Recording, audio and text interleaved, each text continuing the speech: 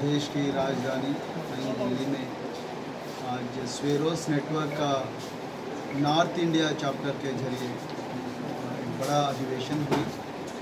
ये अधिवेशन का थीम था मैं भी बनूंगी IAS IPS and civil servant. इसमें उत्तर भारत के कई राज्यों से उत्तर प्रदेश, बिहार, गुजरात, वेस्ट बंगाल, उत्तराखंड, झारखंड और Madhya Pradesh, Rajasthan, Haryana, Punjab and Jammu and Kashmir and Gujarat से सभी राज्यों और नई दिल्ली से सभी छात्रों करीबन 2000 से ज़्यादा छात्र इधर आ गए और कई ऑफिसर्स यहाँ के सिविल सर्विसेज में जो कामयाब हो गए, IAS, IPS, IRS, Indian forest service and कई रिटायर्ड ऑफिसर्स भी आ गए।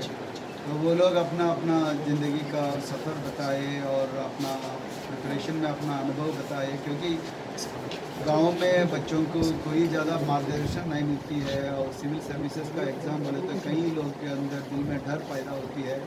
तो इस चीज़ों को मद्देनज़र में रखते हुए लोगों का क्षमता बढ़ाने के लिए और उसका कॉन्फिडेंस बढ़ाने के लिए और मार्गदर्शन देने के लिए आज पहली बार उत्तर भारत में स्वेरो नेटवर्क का अधिवेशन हुई और उसमें बहुत बड़ा भूमिका निभाया श्री मान्य जसवंत सिंह जी ने।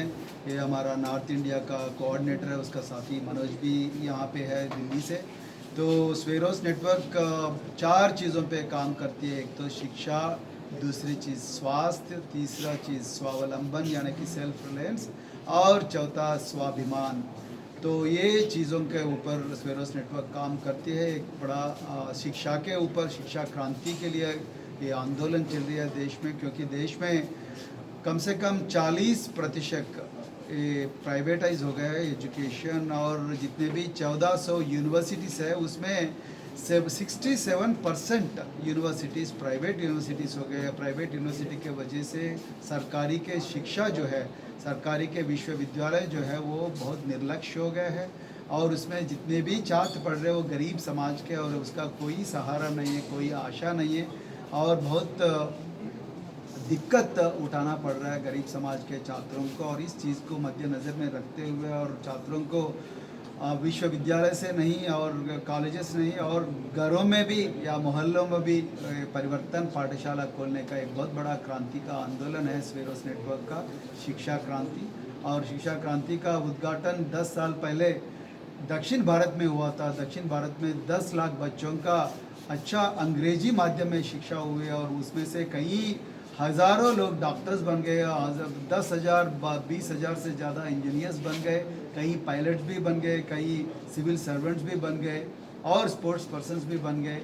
वही क्रांति दक्षिण उत्तर भारत में भी और ज़्यादा जोर से आना करके हमने आज दिल्ली में अधिवेशन किए और उसमें जितने भी अतिथिगण ऑफिसर्स आए वो लोग अपना अपना ज़िंदगी की कहानी बताए, उससे अपना स्टूडेंट्स बहुत प्रभावित हो गए।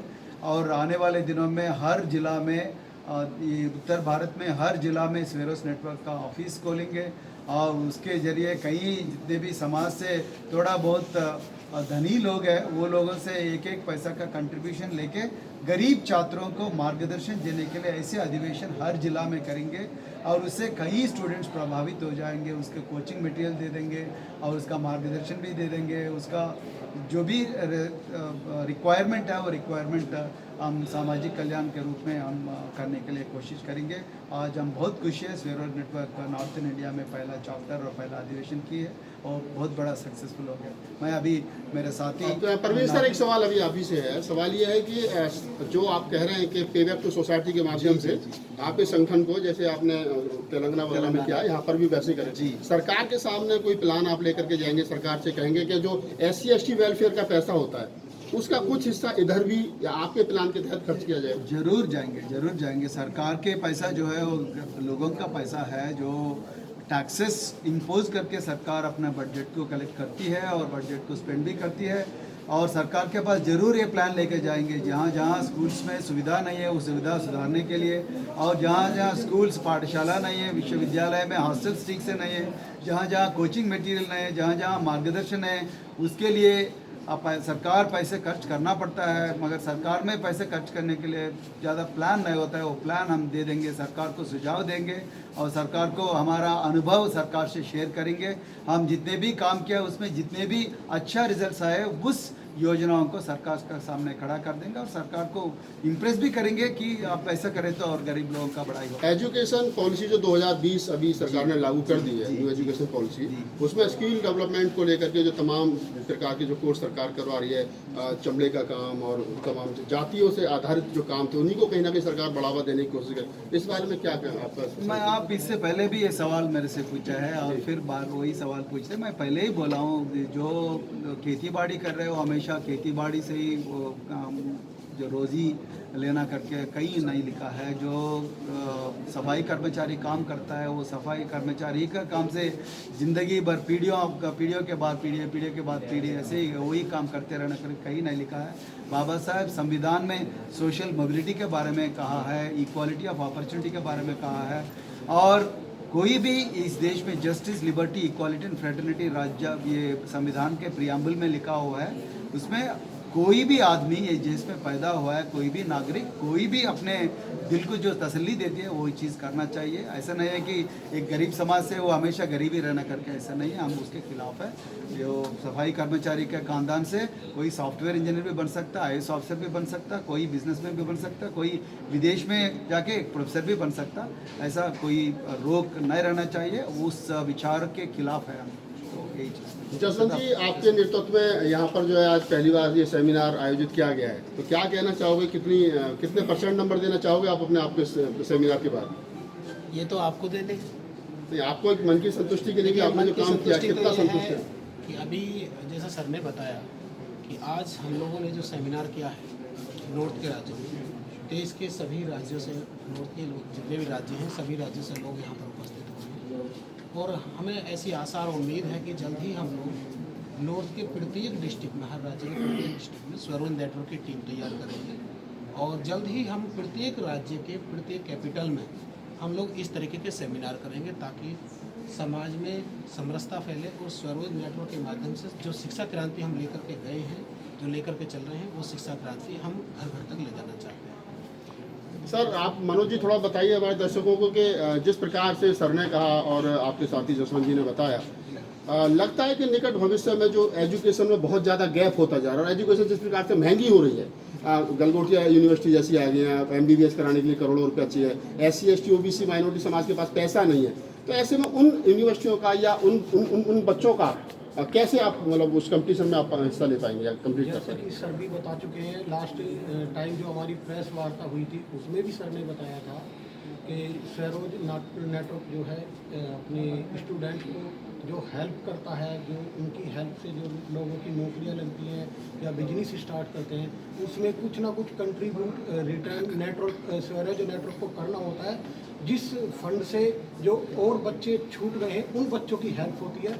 इसी प्रोविज़न को लेकर के स्वरोज नेटवर्क चल रहा है, दक्षिण भारत में चल रहा है और हम आशा करते हैं जैसा आज का हमारा अधिवेशन हुआ बहुत अच्छा हुआ, देश के सभी राज्यों से जो स्टूडेंट आए सभी ने साथ लिया और इसी उम्मीदों के साथ हम हर राज्य, उत्तर भारत के हर राज्य की हर राजधानी में, हर गांव में परिवर्तन पाठशाला चलाएंगे और इसी टाइप का अधिवेशन हम आगे भी करते रहेंगे, जिससे कि जो लोग हमारे जागरूक हों, समाज का भला हो और इसी चीज़ को लेकर के जो है हम आगे बढ़ते हैं। परवीन सर, एक सवाल लास्ट आपसे ले लेते हैं। सवाल ये है कि बाबा साहब डॉक्टर अम्बेडकर का जिक्र आप बार बार कर रहे हैं अपने हर संबोधन में, हर प्रोग्राम सेमिनार में, तो इसका मतलब आप उनसे बहुत ज़्यादा प्रभावित भी हैं और बाबा साहब डॉक्टर अम्बेडकर की कोटेशन है कि शिक्षा जो है वो हर आदमी के लिए शिक्षित बनो। तो बाबा साहब डॉक्टर अम्बेडकर ने अपने जीवन काल में कई कॉलेज, कोई विश्वविद्यालय तक उन्होंने बनाए, तो मिलन कॉलेज उन्होंने बनाया और उन्होंने कहा कि शिक्षा के अपने हब बनाने पड़ेंगे। तो जो आपका संगठन है, क्या अपनी भी यूनिवर्सिटी, अपने कॉलेज खोलेगा या मतलब कुछ उस क्षेत्र में काम करेगा? वो दिन भी आएगा, वो दिन भी जरूर आएगा। पहले तो हम सरकार में जितने भी विश्वविद्यालय है, सरकार में जितने भी पाठशाला है, कलाशाला है, उसका यूज़ हम जरूर कर लेंगे, उसका सहारा जरूर लेंगे। मगर उस दिन जब हम जिंदगी में आगे बढ़ेंगे जरूर खुद का विश्वविद्यालय भी बनाएंगे और सभी लोगों को देंगे, न केवल एक ही समाज के लोगों को नहीं देंगे, सभी लोगों को हम, और वो भी अच्छा शिक्षा, क्वालिटी शिक्षा दे देंगे। ज़रूर, ये तो ख्वाब है, ज़रूर एक दिन सच होगा ये ख्वाब। प्रवीण सर, आपसे एक सवाल है। जैसा कि अभी नीट का पेपर आउट हुआ है, अपन तो बहुत कोशिश कर रहे हैं गरीब तबका बाहर आए, गरीब तबका पेपर भी पास करे, लेकिन सरकारी कुछ ऐसी योजना है जिसके कारण वो पेपर से बच्चा डेमोलाइज हो रहा है, बच्चा पास नहीं हो पा रहा और ये पेपर आउट हो रहे हैं। इसके लिए अपन क्या रणनीति बना रहे हैं कि अपन तो तैयार कर रहे हैं, बच्चों को मजबूत तैयार कर रहे हैं बहुत ही मेहनत से, लेकिन सरकार कुछ ऐसा कर दे कि हाईजैक कर दे पेपर को, कुछ कर दे या कोई और कर दे जो चल रहा है, उसके बारे में अपना क्या रहेगा थी? बहुत बढ़िया सवाल है। देखिए, मैं पहले भी बता चुका हूँ कि ये नीट या यूजीसी नेट का जो पेपर लीक हो गया है, ये बहुत बड़ा जुर्म है, ये हत्या से ज़्यादा जुर्म है। क्योंकि गरीब बच्चे दिन रात पढ़ते हैं। हम आज ये अधिवेशन में हम पढ़ाई के बारे में बहुत ज़्यादा बात किए, मेहनत के बारे में बहुत ज़्यादा बात किए, लेकिन मेहनत करने के बाद जब एग्ज़ाम का पेपर लीक होता है, लोगों को निराशा पैदा होता है, उससे कॉन्फिडेंस गिर जाता है और सुसाइडल टेंडेंसी भी आ जाता है लोगों को। तो हम सरकार से उस दिन भी मांगे, आज भी मांग रहे हैं, हम सीबीआई का जांच हो जाना चाहिए और उसके मुताबिक सीबीआई का जांच भी हो रहा है। अब जांच पूरा नहीं हुआ, उसके बारे में नहीं बता सकता हूँ, लेकिन ये देश में एक शासन की ज़रूरत बहुत ज़्यादा है कि ये जो भी लीक करता है उसको फांसी देना चाहिए। जो एग्ज़ाम के पेपर लीक करता है उसको ज़रूर फांसी देना चाहिए, तब भी ये देश में लीकेजेस कम होता है। अदरवाइज़ बार बार लीक होते हैं, हर राज्य में पेपर लीक हो रहे हैं। पुलिस रिक्रूटमेंट में लीक होता है, एक यूजीसी नेट का लीक होता है, एक इंजीनियर का पेपर का लीक होता है। लीक का कोई अंत नहीं दिख रहा है। इसीलिए एक बड़ा शासन आना चाहिए और शासन से इसका थोड़ा कंट्रोल, स्पेशल शासन आना चाहिए, जैसा prevention of money laundering act PMLE है, तो ऐसा एक शासन लागू होना चाहिए देश में ताकि लीकेजेस कम होता है। हम इसका डिमांड करते हैं। आज आपने ये जो सम्मेलन किया है, इसको क्या माना जाए, एक शिक्षा क्रांति है ये शिक्षा है, बिल्कुल शिक्षा क्रांति है। हजारों छात्र आ आज गए। बिगुल फूक चुका है, बिगुल आज उसका फूक चुका है। यस, शिक्षा क्रांति का। शिक्षा क्रांति का बिगुल हो चुका है। देखिए, ये देश में हर तरह का समस्या है, लेकिन सब शिक्षा से जुड़ा हुआ है। जब तक आप शिक्षित नहीं हैं तब तक आप दुनिया को समझ नहीं पाएंगे। तो इसीलिए शिक्षित बनना बहुत ज़रूरी है। और हम ऑर्डिनरी शिक्षा के बारे में बात नहीं कर रहे, हम एक नान्यता का शिक्षा है, क्वालिटी एजुकेशन और सरकार के एजुकेशन के अलावा खुद भी एक शिक्षित बनना, वही क्रांति। इसीलिए हम कह रहे हैं कि हम सिर्फ सरकार के ऊपर ही डिपेंड नहीं होते, हम खुद के समाज और समाज में जितने भी शिक्षित है, समाज में जितने भी कामयाब है, वो लोग आज जैसा कई लोग आके मार्गदर्शन किए, वही लोग, वैसे जो लोग मोहल्ले में जाके, गाँवों में जाके, देहातों में जाके, शहरों में जाके गरीब लोगों को मार्गदर्शन करेंगे, उसको कहते हैं क्रांति। तो ये क्रांति से बहुत ज़्यादा समाज के रूप बदलेगा और ज़रूर ये समाज खुद का जंजीरों को तोड़ के आगे बढ़ेगी खुद की शक्ति से। Thank you sir.